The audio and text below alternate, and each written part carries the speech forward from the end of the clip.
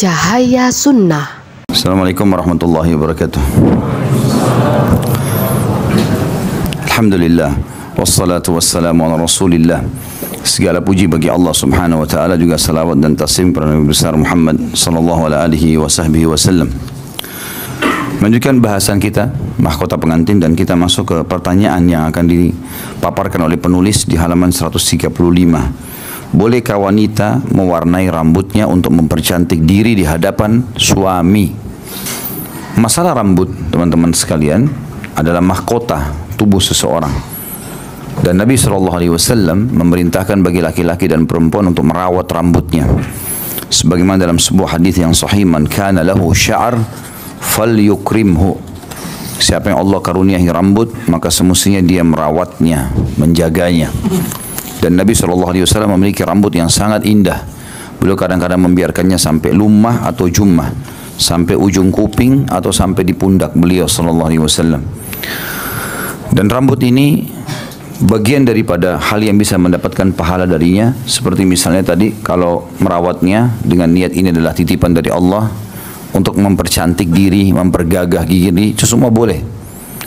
Kemudian juga bisa menjadi ibadah, bahkan bagian daripada rukun iman, rukun Islam kita yang kelima, haji dan umrah. Dan salah satu dari rukun haji dan umrah adalah tahallul, cukur rambut, gitu kan. Berarti bisa menjadi bagian daripada ibadah, ya, dan dianjurkan seseorang untuk menggundulnya atau merapikannya pada saat dia haji dan umrah, ya. Bagaimana dengan menggunakan bahan-bahan untuk merawat rambut itu? Jadi yang sebenarnya jadi bahasan itu, merawatnya bagian daripada ibadah. Bagaimana cara merawatnya? Apakah terbuka begitu saja? Maka jawabannya tentu ada batasan. Selama bahan-bahan yang digunakan sampo, minyak rambut, ya, pelembut, conditioner atau apa saja, termasuk dalamnya pewarna. Selama bahan-bahannya halal boleh. Dan khusus masalah mewarnai ini diambil daripada hadis Nabi SAW dua. Yang pertama, pada saat pembebasan kota Mekah, Abi Quhafah radhiyallahu anhu, ayahnya Abu Bakar. Abu Bakar namanya Abdullah bin Abi Quhafah. Ayah Abu Bakar masih dalam keadaan kafir sampai pembebasan kota Mekah. Saking tuanya, ya, karena dia sudah sampai punya cucu. Dan satu-satunya kata para ulama, sahabat yang 4 generasi semua sahabat. Ayahnya Abu Bakar, Abu Bakarnya, anak Abu Bakar, cucunya, ya, atau cucunya Abu Bakar. Ini semua berhasil hidup semasa dengan Nabi SAW. Abi Quhafah ini waktu pembebasan kota Mekah sudah sangat tua. Dikatakan pada saat itu sampai alisnya itu saking tuahnya berwarna putih dan sudah menutupi sebagian matanya. Rambutnya panjang dan berwarna putih. Dan saking tuanya sudah sangat lemah tubuhnya, maka Abu Bakar menggendongnya di jalan Mekah, dari jalan Mekah kemudian dibawa di hadapan Nabi SAW. Lalu Nabi SAW mengatakan, kenapa kau repot-repot membawanya? Mestinya kami yang mendatanginya. Kata Abu Bakar, tidak ya Rasulullah, dia lebih layak untuk mendatangi anda. Dia datang untuk masuk Islam. Lalu Abi Quhafah syahadat. Setelah syahadat kata Nabi SAW, bawalah dia kepada istri-istrinya, karena dia poligami. Bawalah dia kepada istri-istrinya, ayahnya Abu Bakar, agar mewarnahi rambutnya dan jenggotnya. Disuruh warnahi oleh Nabi SAW, karena warna putih semuanya. Disuruh warnahi. Tinggal warna yang boleh. Riwayat yang kedua, riwayat Abdullah bin Umar radhiyallahu anhu. Abdullah bin Umar masih muda. Umurnya masih di atas 30-an, pas 30-an itu sudah banyak jenggot putihnya. Maka Nabi SAW waktu lihat, Nabi mengatakan warnahilah. Warnahilah. Hanya saja kalimat warnahi ini masih harus dihubungkan dengan dalil yang lain. Ada dalil yang lain berbunyi warnahilah asal kalian menjauhi warna hitam. Nah, jadi asal warna hitam tidak, maka yang lain bisa. Biasanya ulama mengatakan lebih cenderung menggunakan warna coklat, coklat tua, ya. Mungkin ini yang juga menjauhi syuhrah. Karena ada orang masuk syuhrah, misalnya rambutnya dicat ungu, biru, kan? Itu atau orange, ya. Nah ini syuhrah, nggak boleh juga dia lakukan ini. Kalau syuhrah bukan cuma di pakaian, penampilan secara umum tidak boleh. Artinya membuat orang menilai kita negatif, gitu ya. Tapi kalau selain daripada ini maka dibolehkan, dan ini dasar daripada masalah bolehnya mewarnai rambut. Terlebih lagi bagi perempuan yang memang keindahan dia lebih terlihat lagi di rambutnya kalau dia memperindah untuk suaminya. Masuk dalam masalah ini bukan cuma mewarnai, meluruskan rambut, mengkeritingkan rambut, boleh. Merapikan. Jadi ada orang rambutnya sudah lurus tapi dia mau keritingkan. Ada orang keriting mau lurus. Ya. Ini alamnya ibu-ibu lah ya. Itu boleh semua, tidak ada masalah. Karena dia tidak merubah ciptaan Allah sebenarnya. Dia hanya memperindah. Sama dengan orang kalau giginya nggak rata lalu pakai behel misalnya, itu boleh. Karena dia merapikan. Yang tidak boleh itu mengubah ciptaan Allah. Gitu ya. Nggak boleh sama sekali dia mengubah secara total. Ya. Seperti misalnya mukanya sudah seperti ini diubah. Gitu. Misal dia tambah mata 1, ya. Jadi 3. Mungkin satu waktu ada waktu orang begitu menganggap perlu tambah mata 1. Allahu alam, kita kena aneh-aneh ini. Saya subhanallah waktu sempat ngontrol mata saya di Johor di Malaysia. Pas masuk ke klinik gitu, lagi nunggu antrian ada majalah Malaysia. Di dalam itu ditulis ada model baru, model terbaru. Model terbaru tuh luar biasa. Saya nggak tahu ini kok bisa dianggap model terbaru gitu ya. Yang matanya sengaja ditarik gitu. Alisnya ditarik, segala macam, telinganya dipasang anting-anting sekian banyak, laki-laki dan perempuan. Dan kemudian bibirnya sengaja dibesarin, dikasih beban, ya sampai jatuh gitu kan. Dan segala macam ini saya nggak tahu ini model dari mana, tapi dianggap model gitu. Mukanya jadi berubah, ya. Manusia jadi berubah, Allahu alam jadi apa gitu. Ya. Tapi seperti itulah, mungkin. Nah ini nggak boleh. Mengubah ciptaan Allah seperti ini yang dimaksud tidak boleh. Tapi kalau hanya sekedar merapikan, ya menata, itu adalah hal-hal yang masih dibolehkan secara hal yang wajar. Maksud dalamnya masalah ini. Penulis mengatakan, bolehkah wanita mewarnai rambutnya untuk mempercantik diri di hadapan suami? Jawabannya, tidak ada salahnya dalam hal itu. Bahkan itu dianjurkan, asalkan menjauhi warna hitam. Berdasarkan sabda Nabi SAW di dalam hadis Bukhari Muslim, إياكم والدخول على النساء فقال رجل من الأنصار يا رسول الله أفرأيت حموة قال الحم الموت. Hati-hati kalian dari menemui wanita, maksudnya bukan mahram, terbuka auratnya. Seorang laki-laki Ansar bertanya, wahai Rasulullah, apa pendapatmu tentang ipar? Pendapat anda masalah ipar bagaimana? Beliau mengatakan ipar adalah kematian. Kata beliau yang dimaksud dengan hadis ini adalah kerabat suami selain ayah dan anak-anaknya. Karena mereka ayah dan anak-anak adalah mahram istri. Mereka boleh berdua dan tidak dijuluki dengan istilah kematian. Tetapi yang dimaksud hanyalah saudara laki-laki, anak saudara laki-laki, paman, anak laki-laki, saudara perempuan, dan selain mereka yang dihalalkan bagi wanita menikah dengannya seandainya tidak bersuami. Biasanya kerabat suami dianggap remeh, lalu saudara laki-laki berduaan dengan istri saudaranya. Ia diserupakan dengan kematian karena ia lebih pantas untuk dilarang daripada laki-laki asing. Dan ini disebutkan dalam Fathul Bari. Hadis masalah atau pertanyaan tadi masalah mewarnai rambut sudah kita selesaikan. Karena memang beliau tidak datangkan dalil, yang beliau cuma mengatakan bolehkah, maka beliau mengatakan boleh dan dianjurkan. Lalu beliau kembali di paragraf setelahnya menjelaskan hukum yang lain tentang bolehkah wanita berkumpul berduaan saja dengan iparnya, sebagaimana boleh dia berdua dengan mertuanya, ya, atau anak pasangannya. Maka jawabannya tidak boleh kalau ipar. Kalau ipar tidak dibolehkan. Tapi kalau mertua, ya, anak pasangan, mungkin kita nikah sama janda atau duda, ya, yang lawan jenis anaknya, maka ini semua dibolehkan, ya. Tapi kalau ipar sama sekali tidak boleh. Dan ini hukum syar'i tersendiri. Jadi tidak ada hubungannya dengan tadi masalah mewarnai rambut, itu sudah selesai. Dan Nabi SAW menggambarkan ipar dengan kematian, dan ini sekaligus meluruskan banyak kesalahan yang kita fahami di Indonesia. Ya, jadi kadang-kadang karena ada ipar, kakak ipar, dianggap tidak masalah lah. Dia lagi pergi kantor, dibiarin adiknya antarin istrinya atau kakaknya antarin. Ya, ini kata Nabi SAW kematian. Ya. Waktu Nabi bilang jangan masuk menemui wanita-wanita yang bukan mahram. Kata para sahabat, ya Rasulullah, ipar bagaimana? Adik saya, kakak saya. Kata Nabi SAW justru itu kematian. Kenapa dikatakan kematian? Karena kalau pasangan kita selingkuh dengan saudara kita, itu berat sekali. Berat sekali. Dibandingkan dengan selingkuh dengan orang lain. Ya. Apalagi kalau sampai hamil. Karena anak, misal seseorang punya istri, lalu istrinya selingkuh dengan saudara si suami tadi. Laki-laki, kakaknya misalnya atau adiknya. Kemudian hamil. Maka anak yang dikandung juga dari sperma kakaknya si suami. Ini parah sekali, menyakitkan dibandingkan dengan orang lain. Orang lain mungkin dia cerai selesai gitu. Kalau ini enggak, walaupun bercerai, ada bekas kakaknya selalu dilihat sama dia. Ini pernah terjadi kepada salah satu orang yang saya kenal dulu. Subhanallah, begitu istrinya selingkuh dengan kakaknya dia, badannya yang tadinya kekar, segar menjadi kurus sekali. Dia pikirkan masalah itu. Teman saya dulu di kampus gitu. Waktu kami masih SMA, saya sudah tingkat 1 kuliah, dia masih kelas 3 SMA, tapi dia sudah berumah tangga dari Pakistan. Masya Allah, badannya kekar, segar, orangnya selalu cum laude di sekolah, juara terus gitu. Terus tiba-tiba saya bisa tempat tinggal, karena kami biasa dulu tiap tahun dipindahin kamarnya supaya apa namanya, digilir lah, kita pindah-pindah ke semua asrama di kampus itu. Saya mungkin tidak ketemu dia 1 tahun, selesai ketemu orangnya kurus sekali, berubah. Saya sampai panggil dia, kenapa akhi?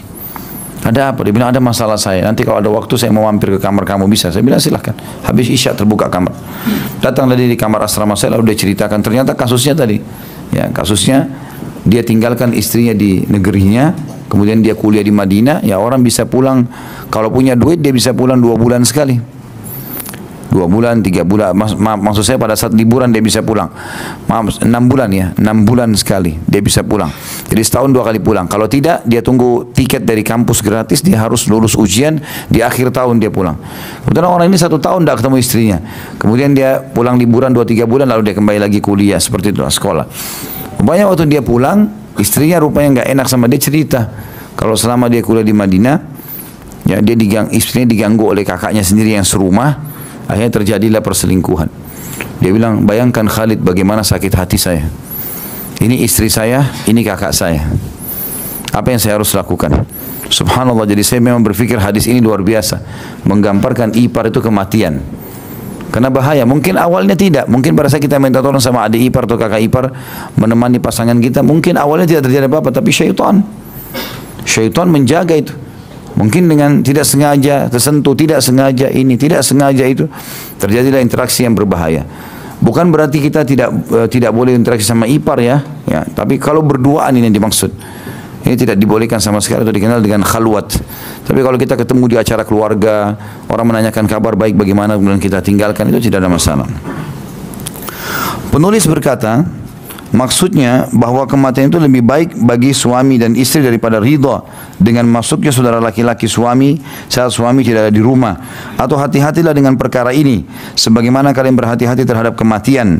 Atau bahwa ini bisa menyebabkan kalian terjerumus dalam perbuatan nista atau zina antara saudara suami dengan istri, yang benih-benihnya membawanya jatuh dalam hukuman had zina atau cambukan bagi wanita musana ya, muhsanah maksudnya.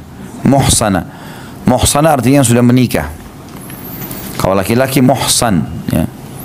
Tentu beda hukumnya ya. Kalau ada laki-laki dalam Islam dan perempuan yang berzina belum nikah, maka hukumnya dicambuk 100 jelah dan diasingkan 1 tahun. Kalau dia sudah menikah, maka hukumannya dirajam.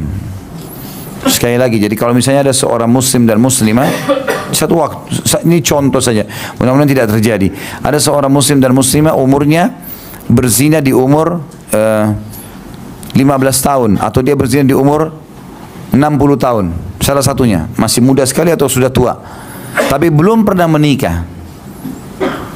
Ya, gadis tua atau bujang tua ini terus dia berzina, hukumnya dicambuk tetap.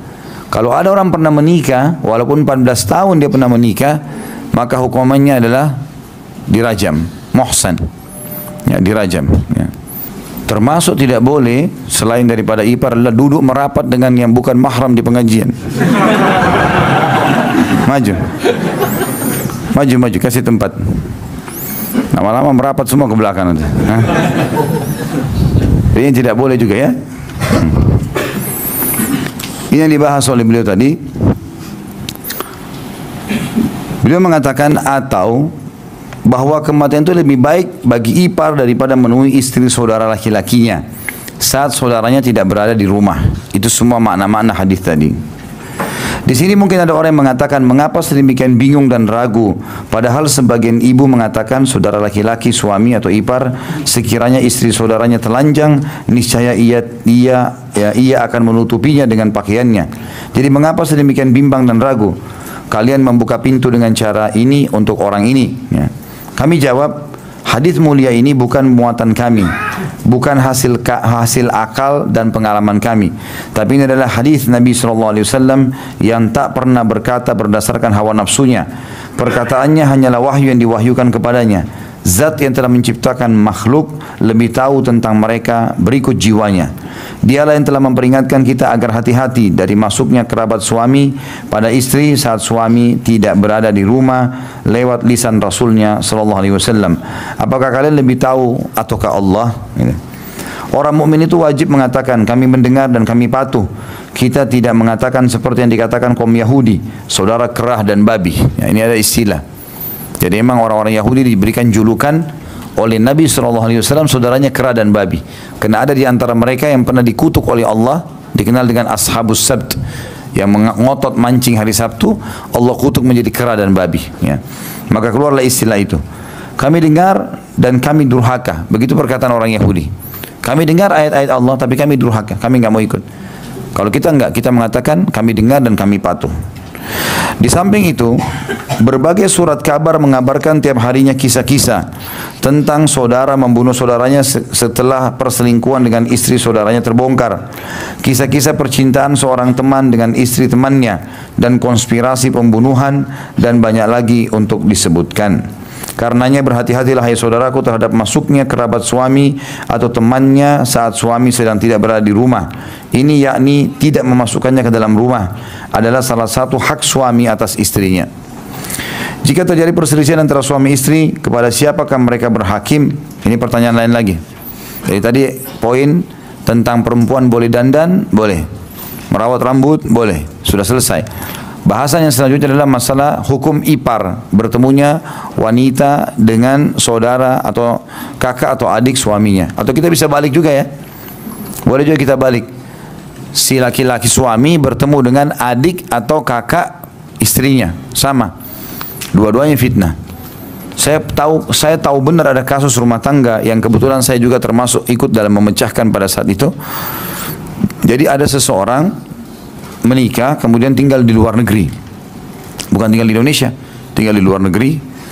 Kemudian adiknya si perempuan ini, si istri, rupanya di Indonesia pergaulannya bebas sekali. Maka oleh kerabatnya dikirim, suruh titipin di rumahnya iparnya tadi, suruh titipin di rumah. Ini kakak, ini adik. Adik sudah nikah, si kakak belum gitu. Maka ini dikirim ke sini gitu. Berjalan satu rumah sama iparnya nggak ada apa-apa, sama sekali nggak. Jalan 1 tahun tidak masalah. Rupanya berjalan waktu, gitu kan? Entah bagaimana godaan syaitan, karena sering interaksi, sering lihat segala macam, muncul rasa suka. Terjadilah perselingkuhan antara si suami dengan kakak iparnya ini, yang masih gadis. Dijaga, tidak kelihatan, akhirnya ketahuan juga. Namanya satu rumah. Waktu ketahuan, si istri serba salah. Dalam hati ini kakaknya dan kerabatnya titipkan. Di Indonesia mereka sudah angkat tangan, di sini aman, tapi masalah dengan suaminya, gitu kan? Akhirnya dalam kondisi simpang siur luar biasa rumah tangga itu, luar biasa. Tapi di sini ada terjadi hal yang buruk, lebih buruk daripada itu. Akhirnya si istri menerima kakaknya supaya sama-sama juga dengan suaminya, tapi tidak nikah, gitu kan? Karena sudah tidak bisa buat apa-apa, gitu. Jadi seperti orang yang poligami, satu rumah 2 kamar, tapi ini haram, nggak boleh. Karena kan haram menggabungkan 2 saudari, nggak boleh. Tapi sudah terjadi, subhanallah, seperti itu. Cuma si istri ini seperti orang yang sakit hati, cuma keadaan nggak bisa lagi buat apa-apa. Nah itu efek-efeknya bahaya sekali. Pertanyaan selanjutnya adalah, jika terjadi perselisihan antara suami istri, kepada siapakah mereka berhakim? Biasanya seorang suami menceritakan konfliknya dengan istrinya kepada teman dekatnya dan meminta untuk memecahkan perselisihan tersebut dengan berbicara kepada istrinya dan sebagainya. Penulis menjawab, Allah yang maha suci dan maha tinggi telah menjelaskan cara yang wajib kita tempuh ketika terjadi perselisihan dan persengketaan di antara suami istri lewat firman-Nya dalam surah An-Nisa ayat 35. A'udzu billahi minasyaitonir rajim. Wa in khiftum shiqaqa bainihima fab'athu hakaman min ahlihi wa hakaman min ahliha in yurida islahan yuwaffiqillahu bainahuma innallaha kana aliman khabira. Hakam dari keluarga wanita, jika kamu khawatirkan ada persengketaan antara keduanya suami istri, maka kirimlah seorang hakam, ya, hakim maksudnya, dari keluarga laki-laki dan seorang lagi hakim dari keluarga perempuan. Jika kedua hakim tersebut bermaksud mengadakan perbaikan, niscaya Allah memberi taufik kepada suami istri itu. Sesungguhnya Allah maha mengetahui lagi maha mengenal. Jadi caranya, teman-teman di sini kalau sudah berumah tangga, jangan karena pusing hadapin istrinya misalnya, atau pusing hadapin suaminya, dia minta, si laki-laki ini minta teman kantornya laki-laki, ini istri saya nasihati. Nah, boleh nasihati apa kira-kira sama temannya? Diajak keluar, ngobrol di rumah makan. Kira-kira jadi perselingkuhan enggak? Nah, secara rasional, gitu kan? Pastilah itu. Sama juga begitu. Seorang wanita tahu ada masalah sama suaminya, dia suruh temannya perempuan telepon suaminya. Kasih solusi nggak? Apalagi kalau dasarnya yang sedang diberikan minta saran ini orang yang tidak beragama atau orang yang belum menikah, nggak ada pengalaman. Makanya nggak mungkin. Saya tahu ada rumah tangga pecah sampai terjadi perceraian gara-gara si istri suka konsultasi masalah rumah tangganya dengan suaminya dengan adiknya yang masih belum menikah. Tidak ngerti apa-apa, anak masih baru lahir kemarin ya. Masih baru SMP, SMA ditanya, menurut kamu bagaimana suami saya begini? Dia urus dulu dirinya saya masih belum bisa, mau urus rumah tangganya orang lain nggak mungkin. Tapi itu terjadi, gitu kan. Atau banyak juga orang begitu. Saya tahu ada rumah tangga banyak sekali kasus yang dipaparkan ke saya itu. Ada orang laki-laki berteman dekat dengan temannya, sering temannya datang ke rumah berkunjung. Istrinya ini suka datang keluar, dianggap teman suaminya. Keluar nggak pakai hijab, bawa minuman, ngobrol-ngobrol, duduk ngobrol situ, bercanda-bercanda. Akhirnya pada saat suaminya pun keluar kota, temannya datang dan dia layani. Terjadi perselingkuhan. Dan yang lebih parah, cerai sama suaminya, nikah sama teman suaminya. Ada di Jakarta ini masih sampai sekarang ya. Dan kesian sekali saya melihat suaminya itu, subhanallah ya, orang yang sabar gitu. Dia tahu istrinya nikah sama temannya. Dia akhirnya dia jalan, sekarang pun dia jalan, sampai sekarang belum berumah tangga, ya. Tapi ini subhanallah bahayanya itu ya. Jadi bukan begitu caranya. Caranya Allah sudah ajarkan. Utus hakim dari keluarga. Keluarga laki-laki siapa yang paling bijaksana datang satu orang, keluarga perempuan satu orang yang bijaksana datangkan. Jadi si laki-laki ini menyampaikan masalahnya kepada orang yang bijaksana dari keluarganya, si perempuan menyampaikan tentu mahramnya di sini ya, adiknya, kakaknya, tapi kira-kira yang sudah dewasa atau orang tuanya, ayahnya disampaikan masalahnya. Lalu dua hakim ini saling menyampaikan, ini loh keluhan adik saya begini, keluhan kakak saya begini. 1, 2, 3, 4, 5. Kata Allah dijanjikan kalau dua-duanya ingin memperbaiki keadaan, memang niatnya mau menyatukan kembali, Allah akan kasih taufiknya. Pasti bisa baik asal cara seperti ini. Jadi jangan pernah libatkan orang ketiga, orang yang bukan yang diperintahkan oleh Allah. Termasuk hati-hati juga dengan para dai-dai. Bukan berarti dai itu malaikat. Nggak boleh semuanya disuruh bicara sama istri kita misalnya. Walaupun itu alam saya sebagai dai.